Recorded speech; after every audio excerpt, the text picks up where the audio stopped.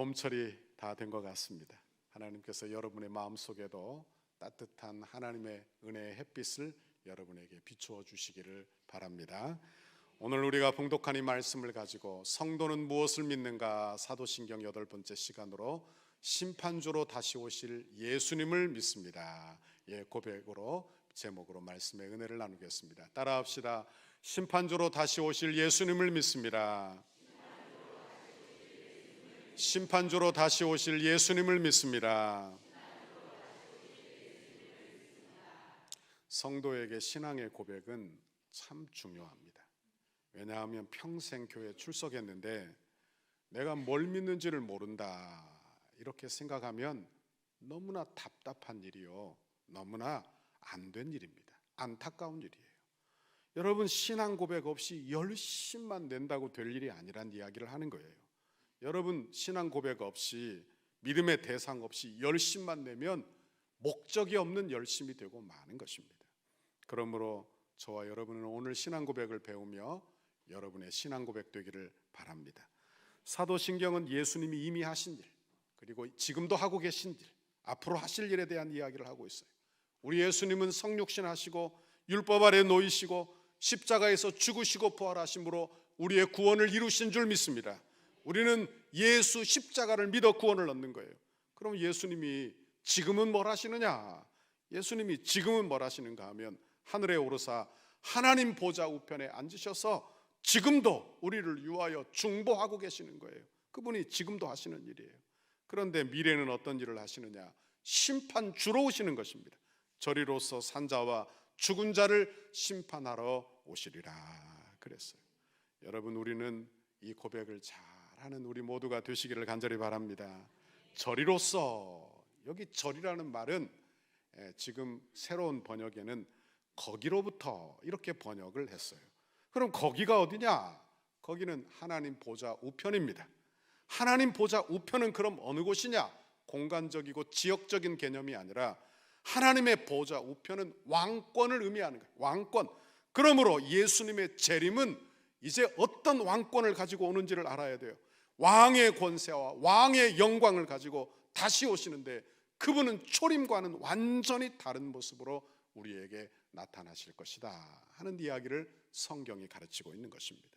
오늘 세 가지로 같이 은혜를 나누는데요, 첫 번째는 재림의 성격, 그리고 두 번째는 재림의 목적, 그리고 성도가 이 재림을 어떤 자세로 대해야 될지 세 가지로 같이 은혜 나누기를 바랍니다. 첫 번째로 예수님의 재림의 성격입니다. 사람들은 예수님 다시 오신다는 것을 믿는데 오해를 많이 해요. 다시 말하면 자의적으로 해석하고 자기만 옳다고 이야기하는 사람들이 이 세상에 많습니다. 자기가 마치 세상의 비밀, 미래의 비밀을 다 소유하고 있는 것처럼 그렇게 비밀된 이야기를 해석하며 이야기하는 사람들이 있습니다. 여러분, 그런데 자기만 안다는 것은 잘못된 거예요. 다시 말하면 성경이 어떻게 가르치느냐, 이걸 잘 안다면 아마 두려움도 또는 잘못된 사고나 잘못된 사상에 빠지는 일도 없을 것이다 하는 것입니다. 예수 재림의 성격은 첫 번째로 인격적 강림이에요. 따라합시다. 인격적 강림. 어떤 학자는 자신적 강림이라 이렇게 이야기했어요. 이 말은 어떤 뜻인가 하면 대리적 강림이 아니라는 이야기예요. 그러니까 예수님께서 이 땅에 오시는데 무슨 교주의 이름으로 다시 대리적으로 오신다, 이런 이야기가 아니라는 이야기예요. 그분은 그분 자신으로, 그분의 인격으로, 그분의 모습으로 이 땅에 오시는 것을 믿습니다. 이것이 우리가 믿는 바예요. 사도행전 1장 11절 같이 읽습니다. 시작. 너희 가운데에서 하늘로 올려지신 이 예수는 하늘로 올라가심을 본 그대로 오시리라 하였느니라. 아멘. 둘째는 육체적 강림입니다. 따라합시다. 육체적 강림. 육체적 강림. 여기 육체적 강림, 영상도 띄워주세요. 육체적 강림. 육체적 강림이라는 말은 우리 주님이 올라가신 모습 그대로 다시 내려오신다. 그러니까 예수님이 하나님은 영이시지만 예수님은 육체를 가지고 계시죠. 예수님 육체를 가지고 계세요. 그러니까 올라가신 그대로 육체를 가지고, 신체를 가지고 다시 오신다는. 셋째, 우리의 고백은 가시적 강림입니다. 따라합시다. 가시적 강림. 가시적 강림. 여러분, 이 말은 어떤 뜻인가 하면 우리 주님이 공개적으로 눈에 보이도록 우주적 강림을 하신다는 이야기예요. 요한계시록 1장 7절 같이 읽습니다. 시작. 볼지어다 그가 구름을 타고 오시리라. 각 사람의 눈이 그를 보겠고 그를 찌른 자들도 볼 것이요 땅에 있는 모든 족속이 그로 말미암아 애곡하리니 그러하리라. 아멘. 여호와의 증인은 1874년에 예수가 재림했다고 이야기합니다. 왠가 하면 예수가 재림을 그때 했다. 그런데 아무 일도 없었거든요. 그럼 뭐라고 이야기하느냐? 예수님이 영적으로 국지적으로 그렇게 임했다는 거예요. 네가 모를 뿐이라는 거예요. 그런데 성경 어디에도 예수님의 재림이 이렇게 온다는 그런 이야기는 어디에도 나오고 있지 않다는 것을 알아야 하는 것입니다. 예수님도 마태복음 24장 30절에 이렇게 말씀합니다. 시작. 그때에 인자의 징조가 하늘에서 보이겠고 그때 땅의 모든 족속들이 통곡하며 그들이 인자가 구름을 타고 능력과 큰 영광으로 오는 것을 보리라. 아멘. 우리 예수님이 이렇게 오신다는 거예요. 그러니 예수님이 가신 대로 그대로 온다 하여 예루살렘에 오신다, 또는 여러분 감난산으로 예수님이 재림하신다, 이건 여러분 문자적 해석인데 이런 해석은 우리가 받을 수 없다. 왜? 성경의 모든 부분이 이렇게 가르치고 있기 때문에 그래요. 네 번째 특징은요, 돌연적 강림입니다. 따라합시다. 돌연적 강림. 돌연적 강림. 예측이 불가하다는 이야기예요. 예측이 불가능해요. 그러니까 많은 사람들이 예측하려고 합니다. 어떤 때 예수님이 오신다 미혹하려고 하는 거예요. 그러나 돌연적으로 오신다는 거예요. 오늘 본문에도 이런 말씀을 하고 있어요. 데살로니가전서 5장 1절에서 3절 읽습니다. 시작. 형제들아, 때와 시기에 관하여는 너희에게 쓸 것이 없음은 주의 날이 밤에 도둑같이 이를 줄을 너희 자신이 자세히 알기 때문이라. 그들이 평안하다 안전하다 할 그때에 임신한 여자에게 해산의 고통이 이름과 같이 멸망이 갑자기 그들에게 이르리니 결코 피하지 못하리라. 사도 바울은 이제 두 가지 예를 들어 돌연적 강림을 설명하고 있는 것입니다. 첫 번째는 도둑이 임하는 거예요. 두 번째는 산딸을 앞두고 있는 그런 산모에게 임하는 산통을 이야기하는 것입니다. 도둑이요, 여러분에게 내가 다음 주 화요일 날 저녁 8시에 너희 집을 방문할 거야, 그렇게 오는 도둑이 있을까요? 없을까요? 없죠. 그러면 도둑이 아니에요. 손님이 되겠죠. 그러니까 도둑이라면 못 들어오도록 방어하겠죠. 도둑은요, 갑자기 찾아오는 것입니다. 예기치 못하고 방심할 때 찾아오는 거예요. 그리고 다 빼앗아가는 게 도둑이라는 말이에요. 이렇게 임한다는 거예요. 둘째는 여자가 해산에 산통을 하게 될 것인데 그 산통이 오는 것과 같이 임한다는 거예요. 여자가 임신하면요, 예정일을 받습니다. 예정일. 그러니까 예정일은요, 정해놨어요. 그러나 예정일은 말 그대로 예정일이에요. 그때 나온다고 장담을 할 수 있어요? 없어요? 없어요. 언제 나올지 몰라. 한 달 전에도 나올 수 있고 예정일을 지나서 나올 수도 있고, 그렇죠? 첫째 다르고 둘째 다르고 셋째 다르고 다 달라. 사람마다 다 달라요. 그러니 어떻게 하느냐? 마치 예측 불가라는, 예측 불가. 그러니 여러분이 존경하는 어떤 목사님이, 존경하는 어떤 사람이 예수님이 어느 날 어느 때 어디에서 온다더라 이렇게 말하면 여러분 믿으면 돼요, 안 돼요? 왜? 성경이 안 가르치고 있으니까. 또 여러분이 그렇게 누군가 어느 내가 정말 존경하는 분이 그렇게 이야기한다면 당장 그 교회에서 나오십시오. 아멘을 안 해요? 당장 나오라고요. 왜? 거기는 성경을 제대로 가르치고 있지 않기 때문에 당장 나와야 되는 거예요. 당장 나와야 돼요. 다섯 번째 우리가 기억할 것은 영광스러운 승리적 재림입니다. 따라합시다. 영광스러운 승리적 재림. 영광스러운 승리적 재림. 이건 공개적 재림을 이야기하는 거예요. 그러니까 예수님이 초림 때에는 말구 위에 아무도 모르게 임재하셨어요. 그러나 예수님의 재림은 영광스러운 모습으로 구름을 타고 영광 중에 공개적으로 오신다는 거예요. 여러분 이 사실을 믿습니까? 이 사실을 믿으시기를 바랍니다. 이렇게 오신다는 거예요. 데살로니가전서 4장 16절 읽습니다. 시작. 주께서 호령과 천사장의 소리와 하나님의 나팔 소리로 친히 하늘로부터 강림하시리니. 이렇게 강림하신다. 호령은 군사적 명령입니다. 믿는 자여 다 나오라. 천사장의 소리, 천사의 정군 천사의 합창 소리에 나팔 소리, 하나님의 임재의 현상을 이야기하는 웅장한 공개적이고 여러분의 모든 사람이 보도록 영광스러운 모습으로 오신다는 것. 이 사실을 기억만 한다면, 이 5가지를 기억만 한다면 여러분 엉뚱한 곳에 빠지지 않을 것이다 하는 말씀입니다. 두 번째는 예수님의 재림의 목적이에요. 예수님은 재림주로 오시는데 그분은 심판주로 오시는 줄 믿습니다. 모든 사람을 그 행위대로 심판하신다는 거예요. 여러분 오늘 본문에 보니까 이 데살로니가 교회에 어려움이 있었어요. 그 어려움은 뭔가 사람들이 재림을 기다려 예수님 재림이 자기의 삶 동안에 오신다고 생각을 하고 있는 거예요. 그러니 현실을 외면하고 돈도 벌지 않고 가정도 돌보지 않고 자녀도 돌보지 않고 그저 교회에서 살고 기도나 하고 살자, 그리고 교회에서 주는 것만 먹고 살자, 이렇게 생각을 한 것입니다. 그러니 사도 바울이 데살로니가 전서 4장에 보면 네 손으로 일해라, 단정히 행해라, 이렇게 명령하는 것입니다. 그리고 두 번째 그들에게 있었던 질문은 죽은 자에 관한 부활이에요. 죽은 자에 관한 부활. 여러분 죽은 자에 관한 죽은 자는 어떻게 되느냐? 4장에 보니까 죽은 자의 부활에 대하여 예수님 재림하시면 죽은 자가 먼저 부활한다. 그리고 살아있는 자도 예수님의 강림하심과 동시에 호련히 변화될 것이다, 이렇게 말씀하고 있는 것입니다. 이건 우리에게 뭘 가르쳐 주는가 하면 사람이 죽고 끝나지 않는다는 거예요. 사람이 죽고 끝나지 않는다는 거예요. 여러분 어려움이 있으면 무슨 생각을 합니까? 사람이요? 아이고 죽어야 되겠다, 그죠? 죽으면 끝이라고 생각하니까 모든 관계, 괴로움, 고통, 슬픔, 내가 가지고 있는 죄진 것, 이 모든 것 죽으면 끝이라고 생각.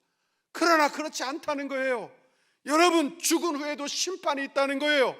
여러분 우리는요 죄에 죽고 나면 끝나는 존재가 아니라 죽음 후에 심판이 있다는 걸 우리에게 가르쳐 주는 거예요. 이걸 기억하라는 거예요. 이게 종말이 우리에게 가르쳐 주는 거예요. 요한복음 5장에 보면 예수님이 무덤 속에 잠자는 자들이 주의 음성을 들을 때가 온다.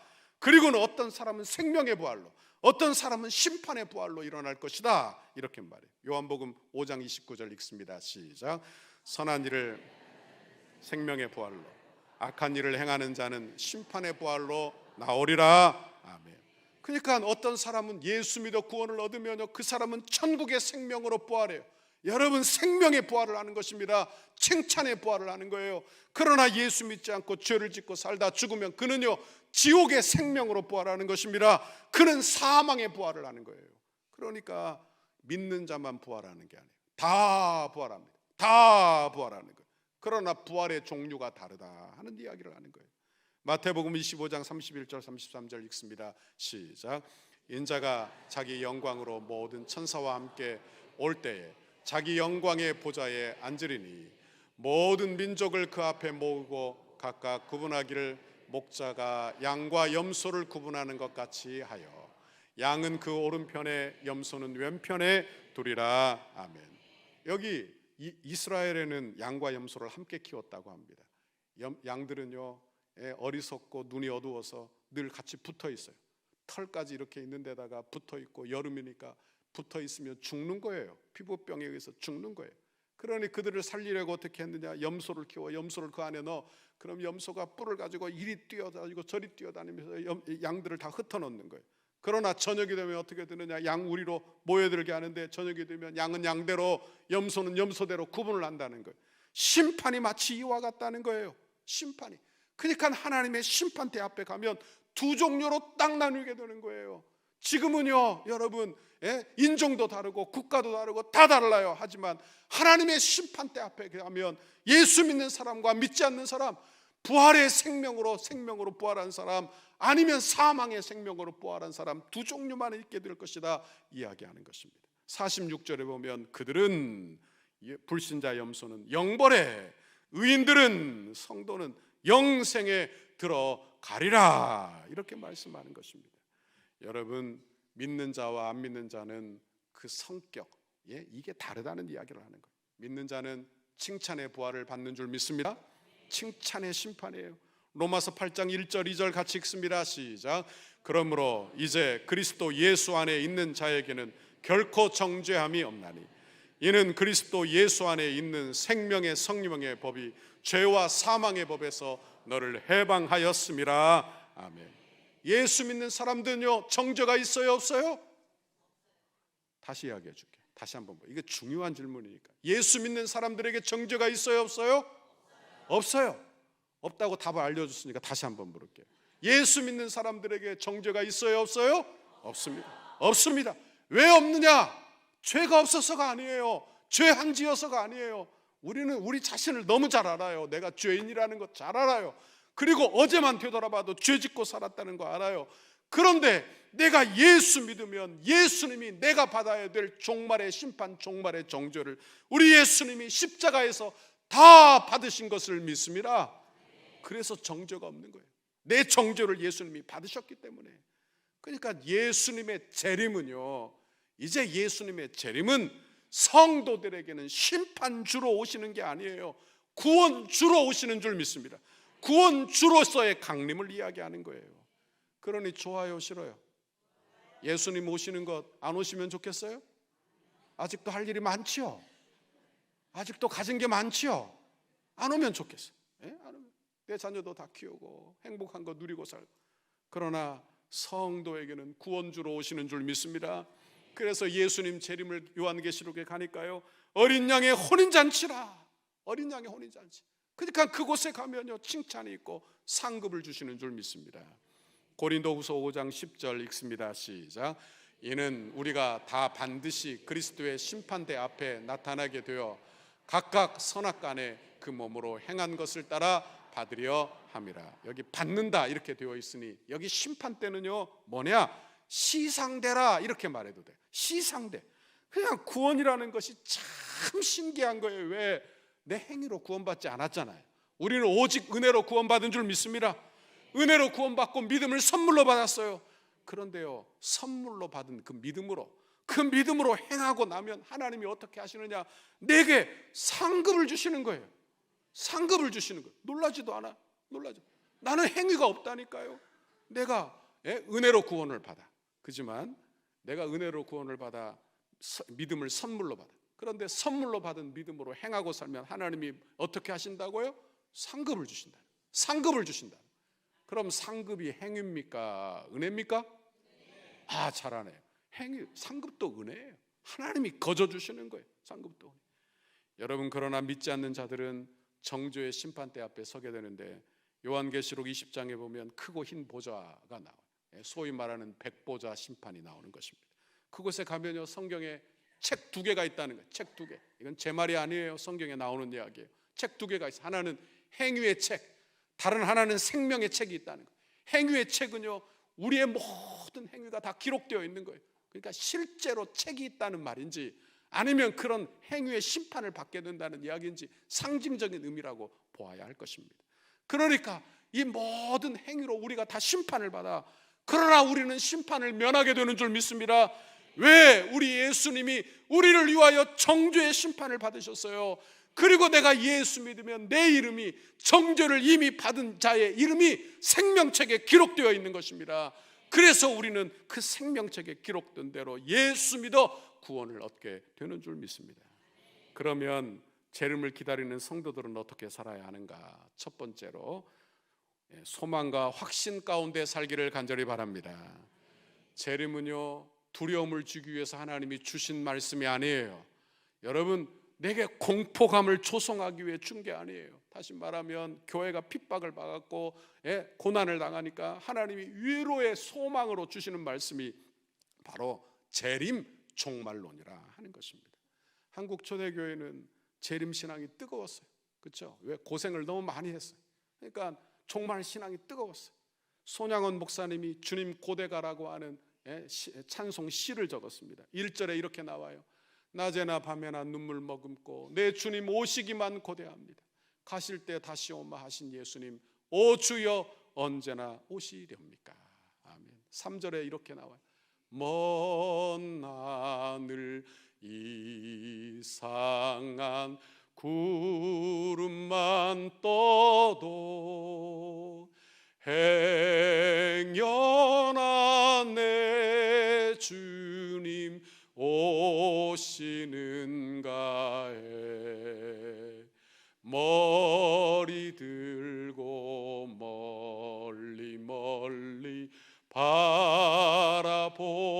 모든 맘 오 주여 언제나 오시렵니까.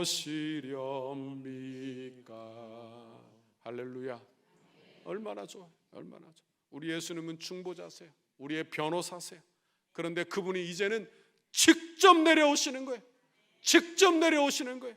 그리고 우리의 눈물을 다 씻겨주시는 줄 믿습니다. 우리에게 합당한 믿음의 보상을 주시는 줄 믿습니다. 천국의 위로를 주시는 줄 믿습니다. 그러니 내게 위로가 되는 거예요. 한간에 종말론을 잘못 이야기하는 사람들은 막 위협합니다. 짐승의 무슨 편이 666이니 이야기하면서 막 교회를 위협하고 성도들을 위협합니다. 이건 하나님의 말씀이 우리에게 주신 원래의 의도와는 다르다는 이야기를 하는 거예요. 예수님 재림 종말은요, 성도의 위로예요. 소망이에요. 확신이에요. 원하기는 이런 은혜를 여러분이 받기를 간절히 바랍니다. 둘째로 예수님의 재림은 성도로 하여금 거룩한 삶을 살게 합니다. 왜? 이 세상이 전부가 아니에요. 사람이 죽으면 끝이 아니에요. 여러분, 영원한 하나님의 심판이 있어요. 하나님의 칭찬이 있어요. 이게 우리의 믿음이에요. 그럼 어떻게 삽니까? 내 마음을 돌이키는 거예요.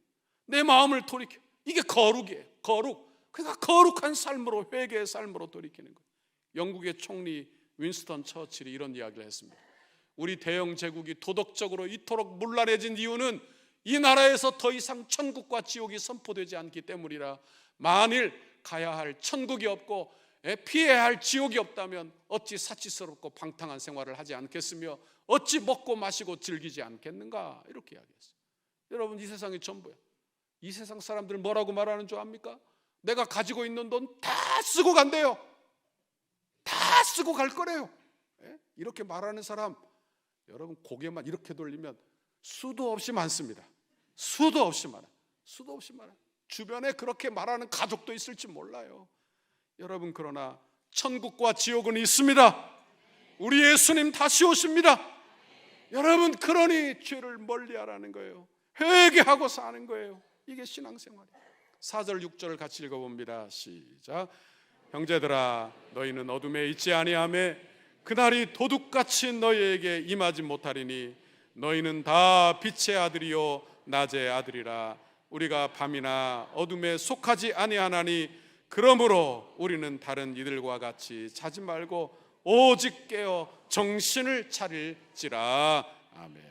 데살로니가 성도들에게 하나님의 날이 어떻게 임한다고? 도둑과 같이, 그리고 해산하는 그 여인의 산통과 같이 임한다는 거예요. 그런데 4절에서는 뭐라고, 4절 5절에서는 뭐라고 말하느냐? 너희는 그 날이 도둑과 같이 너희에게 임하지 않을 것이다. 원인이 뭐냐? 이유가 뭐냐? 너희는 어둠에 있지 않고 낮에 있기 때문이라고 이야기하는 거예요. 이게 무슨 말인지를 잘 알아들어야 하는 거예요. 이게 무슨 말이냐?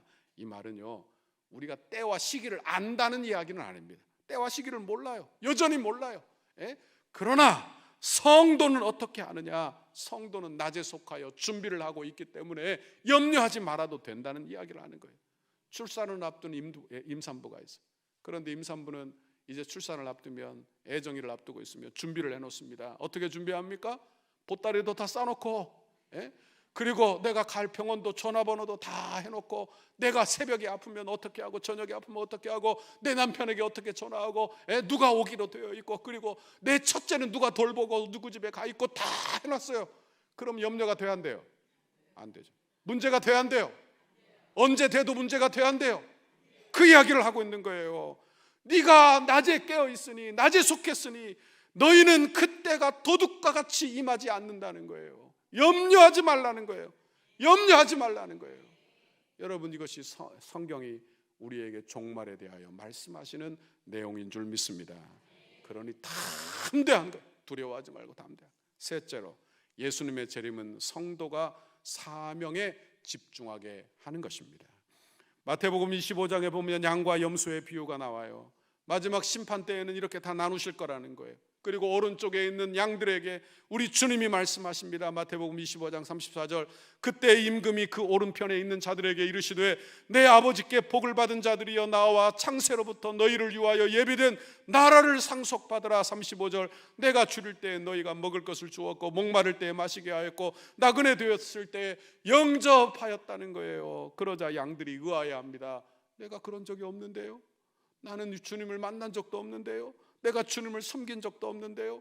그러자 예수님이 설명하십니다. 40절에 이렇게 말씀해요. 임금이 대답하여 이르되 내가 진실로 너희에게 이르노니 너희가 여기 내 형제 중에 지극히 작은 자 하나에게 한 것이 곧 내게 한 것이니라. 그래서 이 말은요, 내 행위로 구원을 받았다는 이야기가 절대 아닙니다. 이건 믿음으로 행함을 했다는 거예요. 믿음으로 행함을 했다는 거예요. 얼마나 감사한 일인지 몰라요. 우리 교회 한 권사님이 임종을 앞두고 계셨어요. 고생을 너무나 많이 하셨어요. 이제 얼마 남지 않았어요. 그래서 제게 신방을 요청했습니다. 제가 찾아갔어요. 예배하러. 그랬더니 이 권사님이 제게 수표 하나를 내밀어요. 수표 하나를 내밀어요. 큰 금액이 담긴 수표를 하나 내밀면서 제게 그래요. 목사님, 우리 교회는 언제나 건축해요. 언제나 건축해요. 내가 죽기 전에 헌금하고 죽어야 되는데, 내가 죽기 전에 건축 헌금하고 죽어야 되는데 우리 교회는 언제나 건축해요. 그리고는 헌금을 하시고 돌아가셨어요. 제가 지금 헌금했다는 그 이야기를 하고 싶은 이야기가 아니에요. 힘을 다하여 믿음의 행위를 했다 이야기. 힘을 다하여 믿음의 행위를 했다는 이야기를 하는 거예요. 성도에게는 믿음이 있습니다. 성도에게는 믿음이 있습니다. 이 세상이 전부가 아니며 사람의 칭찬이 다가 아니라는 거예요. 예수님 다시 오십니다. 이것이 우리의 믿음이에요. 우리 주님이 오셔서 심판하십니다. 그러니 우리 주님의 칭찬을 기억하고 사는 거예요. 이게 신앙생활이라는 거예요. 이게 거룩이에요. 이게 거룩이에요. 여러분 원하기는 이 거룩한 삶, 저와 여러분이 살아낼 수 있기를 간절히 바랍니다. 저리로서 산 자와 죽은 자를 심판하러 오시리라. 우리 고백을 한번 읽어보고 마치도록 하겠습니다. 한번 읽어봅니다. 읽어봅니다. 시작. 나는 심판주로 다시 오실 예수님을 믿습니다. 이렇게 조그맣게 말해서 될 일이 아니고 이건 고백은 크게 선포하듯이 해야 됩니다. 다시 한번 크게 시작. 나는 심판주로 다시 오실 예수님을 믿습니다. 아멘.